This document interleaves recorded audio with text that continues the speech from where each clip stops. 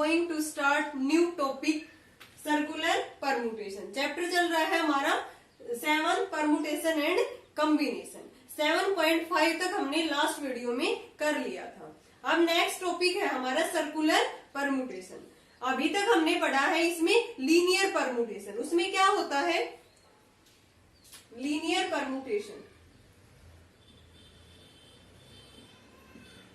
Linear permutation हम example से समझते हैं। देखो 3 कोई भी फ्रेंड है ए बी सी, इनको एक लाइन में हमें सिट करना है, बिठाना है हमें इनको लाइन में। देन नंबर ऑफ अरेंजमेंट इनके लिए क्या होंगे 3 फैक्टोरियल, यही पढ़ा है ना। नंबर ऑफ अरेंजमेंट इनके लिए क्या होगा 3 फैक्टोरियल। ठीक है, किस तरह से होगा ये, यानी कि 3 फैक्टोरियल कितना होगा 6, यानी कि 6 अरेंजमेंट इनके बन सकते हैं। एक तो ए बी सी, एक ए सी बी।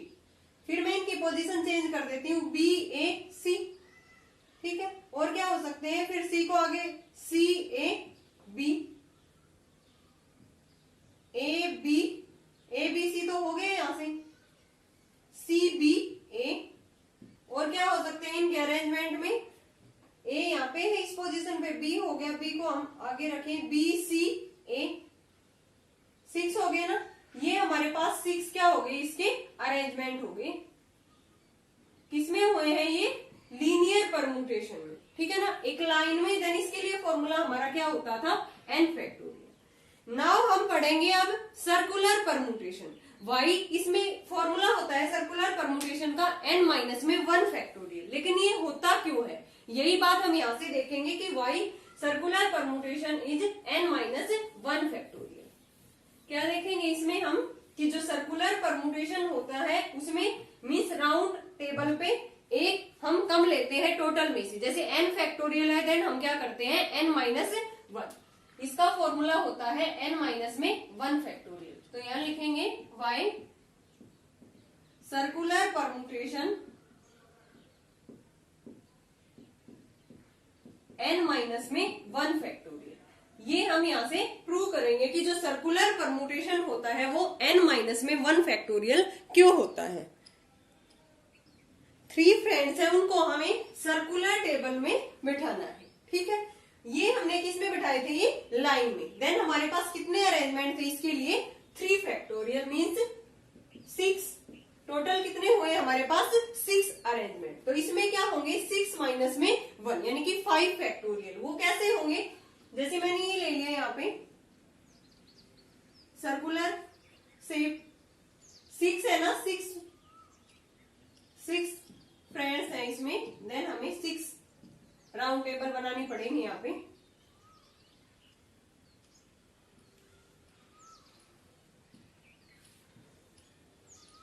ये है हमारी 4th और ये क्या है 5th।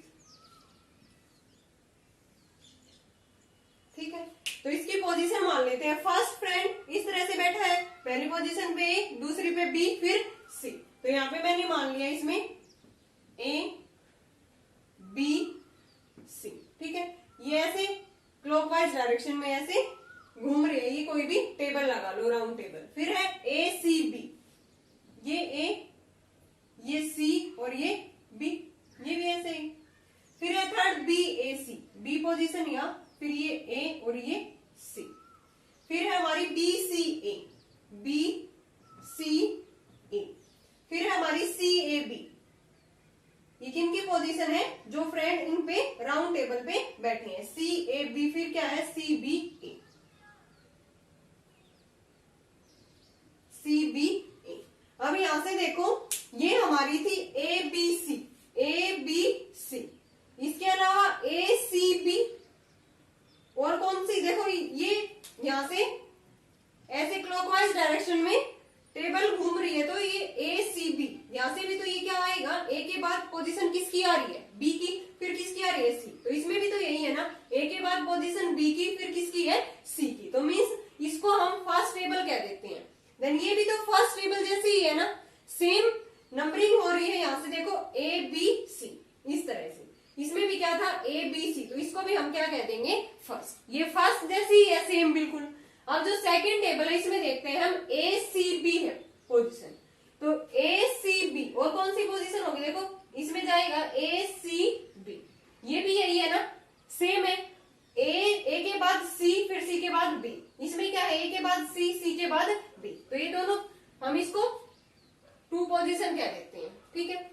अब इसमें देखते हैं सी के बाद ए है, सी के बाद ए के बाद क्या है, बी है, तो इसमें क्या है, ये हमारी अलग रहेगी 1 पोजीशन और ये 2 पोजीशन, तो इसमें क्या है हमारी सी के बाद ए और ए के बाद बी, इसमें सी के बाद बी और बी के बाद क्या है हमारी ए, यानी कि ए सी बी और ये है हमारी ए बी सी। ये हमारी कौन सी पोजीशन होगी, ये भी देखो ए बी सी थी ये पोजीशन, ये भी क्या है ए बी सी, ये ऐसे क्लॉकवाइज डायरेक्शन में राउंड टेबल पे है, देन ये भी क्या हो जाएगी हमारी फर्स्ट जैसी। सेकंड में क्या था, बी ए सी, ए के बाद सी, बी ए सी, यही है ना, बी ए सी, इसको इस तरह से यहां से चलना स्टार्ट हुआ तो बी ए सी, तो ये भी कौन सी पोजीशन होगी हमारी सेकंड। देखो 3 तो हमारी 2 पोजीशन है और 3 हमारी फर्स्ट पोजीशन है, लेकिन टोटल तो कितनी थी हमारे पास 6 अरेंजमेंट थी, लेकिन यहाँ पे तो हमारी कितनी रहेगी, ओनली 3, कितनी रहेगी, ओनली 3 रहेगी, क्योंकि 3 पोजीशन इसमें हमारी क्या है, 3 एक जैसे है, देखो 2 2 2 1 1 1, टेबल हमारी ये भी 1 1 और ये भी हमारी 2 2, देन 6 में से हमारी कितनी रहेगी, ओनली 2 पोजीशन रहेगी 1 और 2, यानी कि हमें इसमें से कुछ ना कुछ, ये आइडेंटिकल शेप है हमारी, देन कुछ हमें क्या करना होगा, इसमें से नेग्लेक्ट करना होगा, तो हमें किससे डिवाइड करना होगा, इसको 3 से, किससे डिवाइड करना पड़ेगा, इसको 3 से, लेकिन 6 फैक्टोरियल किसके इक्वल था, 3 के, सॉरी 3 फैक्टोरियल किसके इक्वल था, 6 के, ठीक है ना। यहां से हमने 3 से अगर इसको डिवाइड करेंगे, 3 इंटू में 2 इंटू में 1 अपॉन में 3, ठीक है, देन ये किसकी वैल्यू होती है हमारे पास है 2 फैक्टोरियल, और 2 फैक्टोरियल कब आएगा, अगर हम 3 में से 1 माइनस करेंगे, क्या करना होगा यहाँ पे, 3 में से हमें यहाँ पे 1 माइनस करना होगा, देन हमारे पास किसकी वैल्यू आएगी, ये 2 फैक्टोरियल की, क्योंकि इनमें से ये सारी आइडेंटिकल शेप है हमारी, ओनली 6 में से 2 शेप्स बची है हमारी, देन हमें 3 से इसको डिवाइड करना होगा।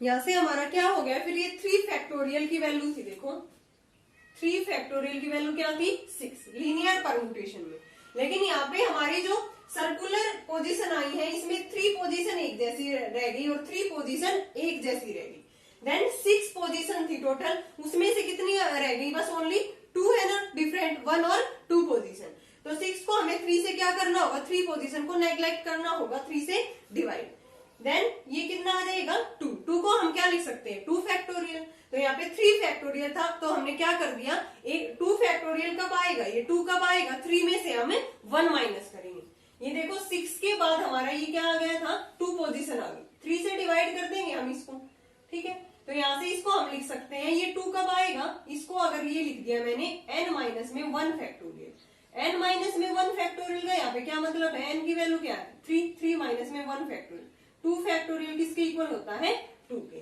तो इसलिए ये फॉर्मूला हमारा क्या बन गया, आंसर आ गया हमारा n माइनस में 1 फैक्टोरियल, किसमें होगा ये सर्कुलर परम्यूटेशन में, कि हमने एक एग्जांपल से इसको समझ लिया कि ऐसे ऐसे पोजीशन सेम आ जाती है, देन हमें क्या करना होगा, पोजीशन को नेग्लेक्ट करेंगे तो उसमें से 1 माइनस करना होगा, तब ये किसके इक्वल आएगा 2 फैक्टोरियल के, ठीक है ना।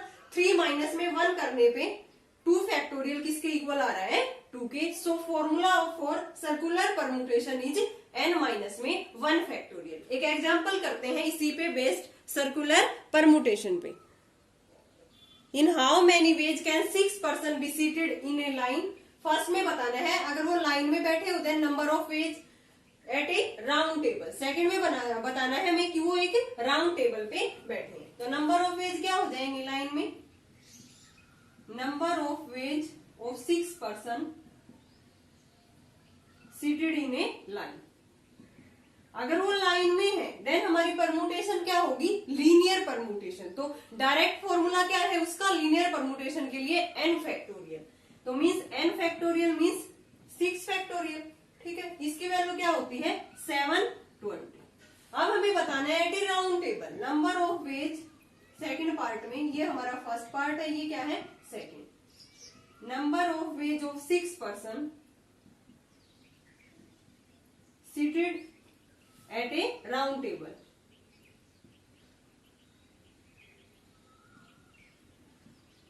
n माइनस में 1 फैक्टोरियल, 6 माइनस में 1 करेंगे तो 5 फैक्टोरियल, इसकी वैल्यू क्या होती है 120। तो यहां से अगर वो टेबल पे बैठे हैं तो नंबर ऑफ एज क्या होगी 120, अगर वो लीनियर मींस लाइन में बैठे हैं तो 720। अब हम देखते हैं clockwise permutation and anti clockwise. Clockwise and anti clockwise arrangement में क्या होगा स्टूडेंट, देखो अभी तक हमने देखा था इसको सर्कुलर, एक टेबल पे 3 फ्रेंड्स बैठे थे। सिमिलरली अगर यहाँ पे ये ए है, ये पोजीशन इसकी बी है और इसकी ये सी है, ठीक है ना। अब देखो इसमें क्लॉकवाइज एंड एंटी क्लॉकवाइज में कोई भी डिस्टिंग्विश नहीं है। कैसे नहीं है, क्योंकि जो इसके नेबर्स में बैठे हैं वो तो मेंबर्स सेम है ना। ये हो सकता है कि ए के राइट साइड में बी है तो ए के लेफ्ट साइड में सी है। अगर नेक्स्ट बार ये चेयर को हम ऐसे रोटेट करेंगे तो ये हो सकता है कि जो सी है ये इसके राइट साइड में चला जाए और ये जो बी है ये इसके लेफ्ट साइड में, लेकिन मेंबर तो सेम रहेगा ना। जो इसका नेबर है वो तो क्या रहेगा, सेम रहेगा। अगर उसकी पोजीशन चेंज हो सकती है, लेफ्ट वाला राइट में जा सकता है, राइट वाला लेफ्ट में जा सकता है, लेकिन मेंबर्स उसका सेम रहेगा। देन इसके अंदर हम कोई भी डिफरेंस नहीं कर सकते कि ये क्या है क्लॉकवाइज और एंटी क्लॉकवाइज डायरेक्शन। तो इसके लिए नंबर ऑफ अरेंजमेंट क्या होंगे, टोटल सर्कुलर परमुटेशन क्या था हमारा n माइनस में 1 फैक्टोरियल। देन इसके लिए क्या हो जाएगा, क्लॉकवाइज के लिए हाफ ले लेंगे एंड एंटी क्लॉकवाइज के लिए हाफ ले लेंगे। तो यहां से लिखेंगे number of arrangements for clockwise direction, number of arrangements for clockwise direction, ठीक है ना। तो हाफ हो जाएगा हाफ ऑफ n माइनस में 1 फैक्टोरियल। सिमिलरली किसके लिए हो जाएगा, एंटी क्लॉकवाइज के लिए, क्योंकि टोटल कितना होता है हमारे पास सर्कुलर परमुटेशन में, ये राउंड टेबल है, ठीक है। तो इसमें ये हो सकता है इसका नेबर कि एक अगर ये लेफ्ट में है तो दूसरा किस में है, राइट में। नेक्स्ट बार ये रोटेट होगा तब वो पहले वाला लेफ्ट में आ सकता है, दूसरे वाला राइट में, लेकिन मेंबर्स डिफरेंट नहीं होंगे। Numbers of arrangement for anti clockwise direction, तो इसके लिए भी क्या हो जाएगा हाफ n माइनस में 1 फैक्टोरियल। तो ये भी फॉर्मूला हम एक्सरसाइज 7.6 में यूज करेंगे for anti clockwise and clockwise direction. Formula क्या होगा हमारा, हाफ n माइनस में 1 फैक्टोरियल, और ये भी क्या होगा हाफ n माइनस में 1 फैक्टोरियल। एक एग्जांपल देखते हैं इसी से related, clockwise and anti clockwise direction. हमें कोई भी नेकलेस बनाना है, इसमें एग्जांपल लेते हैं इसी का, clockwise and anti clockwise direction का। We have to made a necklace with n different, क्या है n beads of different colours, उसके अंदर n बीड्स है डिफरेंट कलर्स के, और एक गार्लैंड या एक माला बना रहे हैं with n flowers of different colours. अब ये बताओ राउंड उसमें बनाते हैं तो ये तो हम उसमें डिस्टिंग्विश नहीं कर सकते ना कि इसके लेफ्ट में ये फ्लावर है, राइट में ये फ्लावर है, लेफ्ट में ये बीड्स है, राइट में ये बीड्स है। तो यहाँ से क्या हो गया, with n flowers of different colour there is no distinguish between clockwise and anti clockwise direction. ना तो हम उसमें डिस्टिंग्विश कर सकते कि ये हमारी क्लॉकवाइज डायरेक्शन है या anti clockwise. So required number of arrangement क्या हो जाएगा, हाफ हो जाएगा। कंप्लीट कितना था, n माइनस में 1 फैक्टोरियल, देन उसका हाफ करेंगे तो कितना हो जाएगा, हाफ ऑफ n माइनस में 1 फैक्टोरियल। तो ओके स्टूडेंट, हमने पढ़ा इस वीडियो में clockwise permutation, anti clockwise and circular permutation. तो सर्कुलर परमुटेशन के लिए फॉर्मूला क्या होता है हमारा, n माइनस में 1 फैक्टोरियल, और हमने देखा कि ये n माइनस 1 ही क्यों होता है। हमने ऐसे ऐसे इसका एग्जांपल लेके इसको प्रूव कर दिया कि ये किसके इक्वल होता है, n माइनस 1 फैक्टोरियल, क्योंकि लीनियर परमुटेशन क्या होता है, सीधा डायरेक्ट एक ही लाइन में n factorial. Then circular permutation हो गया हमारा n माइनस में 1 फैक्टोरियल। उसके बाद हमने एक एग्जांपल देखा है, उसके बाद देखा है हमने clockwise and anti clockwise permutation या अरेंजमेंट। तो उसमें क्या हुआ, हम क्लॉकवाइज और एंटी क्लॉकवाइज डायरेक्शन में डिस्टिंग्विश नहीं कर सकते। फॉर एग्जांपल हमने कोई भी नेकलेस बनाना था, उसमें n बीड्स थे डिफरेंट, ठीक है, डिफरेंट कलर्स के। Similarly garland with n flowers, तो there is no distinguish between clockwise and anti-clockwise direction. So formula for clockwise and anti-clockwise permutation या अरेंजमेंट क्या हो गया, हाफ हो गया किसका, टोटल सर्कुलर परमुटेशन का, हाफ इंटू में n माइनस में 1 factorial. Okay student, next video में हम करेंगे, इन्हीं पे बेस्ड है हमारी exercise 7.6 from the elements book. I hope आपको ये कंसेप्ट क्लियर हुआ होगा। अगर फिर भी कोई डाउट है तो कमेंट सेक्शन में कमेंट कर सकते हो, वहां आप पूछ सकते हो। Thanks everyone.